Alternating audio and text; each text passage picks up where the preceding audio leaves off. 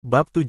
Rahasia Pengendalian Diri. Pada 1971, ketika Perang Vietnam memasuki tahun ke-16-nya, anggota Kongres Robert Stelle dari Connecticut dan Morgan Murphy dari Illinois menyampaikan temuan yang membuat publik Amerika terenyah. Ketika menjenguk tentara di sana, mereka mendapati bahwa lebih dari 1.596 tentara Amerika yang ditempatkan di sana kecanduan heroin. Penelitian lanjutan mengungkap bahwa 354 peserta tugas militer di Vietnam telah mencoba heroin dan sebanyak 209 mengalami ketergantungan. Masalahnya ternyata lebih buruk daripada yang terpikir semula. Temuan itu menimbulkan kehebohan di Washington, termasuk pembentukan Special Action Office of Drug Abuse Prevention yang dipimpin langsung oleh Presiden Nixon untuk memasyarakatkan pencegahan dan rehabilitasi serta melacak anggota tentara yang ketagihan sewaktu mereka pulang. Lee Robbins adalah salah seorang peneliti yang ditugasi. Dalam temuan yang secara penuh mengubah keyakinan terdahulu tentang ketagihan, Robbins mendapati bahwa ketika tentara yang menjadi pengguna heroin pulang, hanya 59 yang kembali menjadi ketagihan dalam 1 tahun, dan hanya 1.296 yang menjadi ketagihan lagi dalam 3 tahun. Dengan kata lain, kira-kira 9 dari 10 tentara yang memakai heroin di Vietnam meninggalkan ketergantungan hampir dalam seketika. Temuan ini bertolak belakang dengan pandangan banyak orang pada masa itu, yang menganggap ketagihan heroin bersifat permanen dan tidak dapat dipulihkan. Sebaliknya, Robbins mengungkapkan bahwa ketagihan dapat hilang secara spontan kalau ada perubahan radikal dalam lingkungan yang bersangkutan. Di Vietnam, tentara menjalani hari bersama petunjuk-petunjuk yang memicu pemakaian heroin, barang itu mudah didapatkan, mereka terus berada dalam suasana perang yang memicu stres, mereka berteman dan bergaul dengan sesama tentara yang juga pengguna heroin, dan mereka ribuan kilometer jauhnya dari rumah. Namun, begitu seorang tentara pulang ke Amerika, ia berada dalam lingkungan yang tidak berisi petunjuk-petunjuk itu. Begitu konteks berubah, kebiasaan pun berubah. Bandingkan situasi ini dengan yang dihadapi oleh pengguna obat terlarang yang kita kenal. Seseorang menjadi pecandu di rumah atau ketika bersama teman, pergi ke klinik untuk dibersihkan, yang menjauhkan mereka dari semua rangsangan lingkungan yang mendukung kebiasaan tersebut, tapi lalu pulang ke tempat yang sama, lengkap dengan petunjuk-petunjuk yang sama seperti yang dulu justru menjadikan mereka ketagihan. Tak mengherankan jika biasanya Anda mendapatkan angka-angka yang sangat bertolak belakang dari kajian terkait Vietnam. Umumnya, 9.096 pengguna heroin menjadi ketagihan lagi begitu pulang dari panti rehabilitasi. Kajian-kajian terkait Vietnam berlawanan dengan banyak keyakinan kultural kita tentang kebiasaan buruk karena bertentangan dengan asosiasi konvensional bahwa perilaku tidak sehat adalah kelemahan moral. Bila Anda kelebihan berat badan, perokok, atau pecandu, seumur hidup Anda diberitahu bahwa itu karena Anda tidak memiliki kendali diri, bahkan mungkin karena Anda orang yang tidak baik. Gagasan bahwa sedikit pendisiplinan akan memecahkan semua masalah sudah tertanam mendalam di kebudayaan kita. Namun, penelitian belum lama ini menunjukkan sesuatu yang berbeda.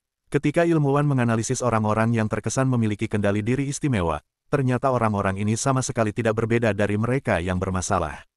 Sebaliknya, orang-orang yang didisiplinkan lebih baik dalam menata hidup mereka sedemikian sehingga tidak memerlukan kemauan dan kendali diri yang heroik. Dengan kata lain, mereka menghabiskan lebih sedikit waktu dalam situasi-situasi yang menggoda. Orang dengan kendali diri paling baik biasanya adalah orang yang paling tidak perlu menggunakannya. Lebih mudah menerapkan kendali diri ketika Anda tidak harus terlalu sering menggunakannya. Jadi, betul ketekunan, tekad, dan kemauan sangatlah penting untuk kesuksesan, tapi cara meningkatkan kualitas-kualitas ini bukanlah dengan menuntut agar Anda menjadi orang yang lebih disiplin, melainkan dengan menciptakan lingkungan yang lebih disiplin. Gagasan yang kontraintuitif ini bahkan lebih masuk akal lagi begitu Anda memahami apa yang terjadi ketika suatu kebiasaan terbentuk dalam otak. Kebiasaan yang telah terprogram dalam pikiran siap digunakan setiap kali situasi yang relevan muncul. Ketika Patty Olwell, terapis dari Austin, Texas, mulai merokok, ia sering menyulut rokok sewaktu sedang berkuda bersama seorang teman. Akhirnya, ia berhenti merokok dan menghindarinya selama bertahun-tahun. Ia juga berhenti berkuda. Berpuluh-puluh tahun kemudian ia naik ke punggung kuda lagi dan tiba-tiba ingin sekali merokok, sesuatu yang baru pertama kali itu ia rasakan. Ternyata petunjuk untuk merokok masih tertanam, ia hanya tidak memberikan situasi yang sesuai untuk waktu yang lama. Begitu suatu kebiasaan telah terprogram, dorongan untuk melakukannya muncul setiap kali lingkungan yang sesuai untuk petunjuknya muncul kembali. Ini satu alasan teknik-teknik perubahan perilaku bisa menjadi senjata makan tuan. Mempermalukan pengidap obesitas dengan presentasi cara menurunkan berat badan bisa membuat mereka merasa stres, dan alhasil banyak orang kembali ke strategi perlawanan yang mereka sukai, makan berlebihan. Memperlihatkan gambar paru yang terbakar kepada perokok justru meningkatkan kecemasan, yang mendorong banyak orang terdorong untuk mengambil rokok dan menyulutnya. Bila tidak berhati-hati dengan petunjuk, Anda bisa merangsang perilaku yang justru ingin Anda hentikan. Kebiasaan buruk bersifat autokatalitis, proses yang mengumpan diri sendiri. Kebiasaan ini memperkuat perasaan-perasaan yang justru ingin dihilangkan. Ketika merasa galau, Anda makan penganan yang tidak sehat. Karena makan penganan yang tidak sehat, Anda menjadi galau. Menonton televisi membuat Anda merasa lesu, jadi Anda menonton terus karena tidak memiliki energi untuk melakukan hal lain. Mencemaskan kesehatan membuat Anda merasa cemas, yang membuat Anda merokok untuk meredakan kecemasan sehingga kesehatan Anda makin buruk dan tak lama kemudian Anda merasa lebih cemas lagi. Kebiasaan buruk bekerja seperti kereta yang menuruni spiral. Peneliti menyebut fenomena ini, keinginan yang dipicu oleh petunjuk, co-induced wanting, pemicu eksternal mendatangkan dorongan kuat untuk mengulangi kebiasaan buruk. Begitu Anda melihat sesuatu, Anda mulai menginginkannya. Proses ini berlangsung sepanjang waktu, seringkali tanpa disadari. Ilmuwan menemukan bahwa menunjukkan gambar kokain kepada pecandu selama 33 milidetik saja cukup untuk merangsang proses mencari ganjaran dalam otak dan memicu hasratnya. Paparan itu berlangsung begitu singkat untuk dicatat oleh otak secara sadar, sang pecandu bahkan tidak mampu mengatakan apa yang telah mereka lihat, tapi gambar tersebut tetap memproses kemunculan hasrat terhadap obat bius. Berikut kesimpulannya, Anda bisa menghentikan kebiasaan, tapi Anda mustahil melupakannya. Begitu ceruk kebiasaan terpahat di otak Anda, kebiasaan itu hampir mustahil dihilangkan sepenuhnya, bahkan seandainya tidak dipakai cukup lama. Dan itu berarti semata menghindari godaan adalah strategi yang tidak efektif. Sulit mempertahankan sikap zen dalam hidup yang penuh dengan interupsi. Perlu terlalu banyak energi untuk melakukannya. Dalam jangka pendek, Anda dapat memilih mengatasi godaan. Dalam jangka panjang, kita menjadi produk lingkungan tempat kita tinggal. Secara kasar, saya tidak pernah melihat orang yang secara konsisten bertahan dengan kebiasaan-kebiasaan positif di tengah lingkungan yang negatif. Pendekatan yang lebih andal adalah menghilangkan sumber kebiasaan di sumbernya. Salah satu cara paling praktis untuk menghilangkan kebiasaan buruk adalah mengurangi kehadiran di lingkungan dengan petunjuk-petunjuk yang menyebabkannya. Jika Anda terkesan tidak dapat menyelesaikan apapun, tinggalkan ponsel di ruangan lain selama beberapa jam. Jika Anda terus merasa bahwa Anda tidak cukup sukses, berhenti mengikuti akun-akun media sosial yang memicu kecemburuan dan rasa iri. Jika Anda menghabiskan terlalu banyak waktu untuk menonton televisi, pindahkan pesawat televisi dari kamar tidur. Jika Anda menghabiskan terlalu banyak uang untuk alat-alat elektronik, berhentilah membaca ulasan tentang produk teknologi terbaru. Jika Anda terlalu banyak bermain video game, copot kabel konsol dan simpan di lemari setelah dipakai.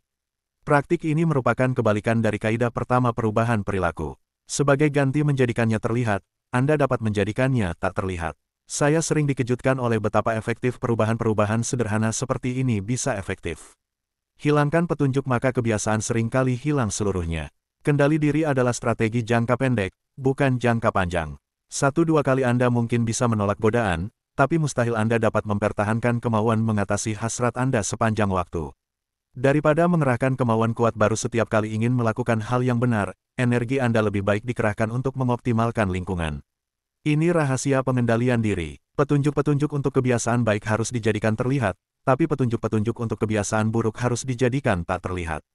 Ringkasan bab, kebalikan hukum pertama perubahan perilaku adalah menjadikannya tak terlihat. Begitu suatu kebiasaan terbentuk, mustahil Anda melupakannya. Orang yang terkesan memiliki kendali diri cenderung menghabiskan lebih sedikit waktu dalam situasi-situasi yang menggoda. Lebih mudah menghindari godaan daripada melawannya.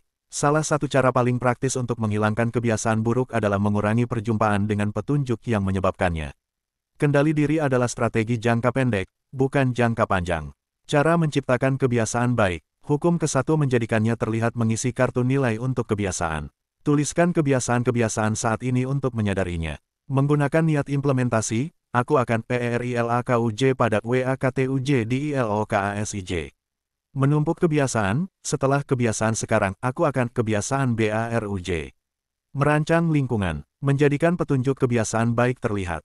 Hukum kedua menjadikannya menarik, hukum ketiga menjadikannya mudah, hukum keempat menjadikannya memuaskan, cara menghentikan kebiasaan buruk. Kebalikan hukum ke-1 is mengurangi paparan. Hilangkan petunjuk-petunjuk kebiasaan buruk dari lingkungan. Kebalikan hukum kedua menjadikannya tak terlihat, menjadikannya tidak menarik, kebalikan menjadikannya sulit, hukum ketiga. Kebalikan hukum keempat menjadikannya mengecewakan.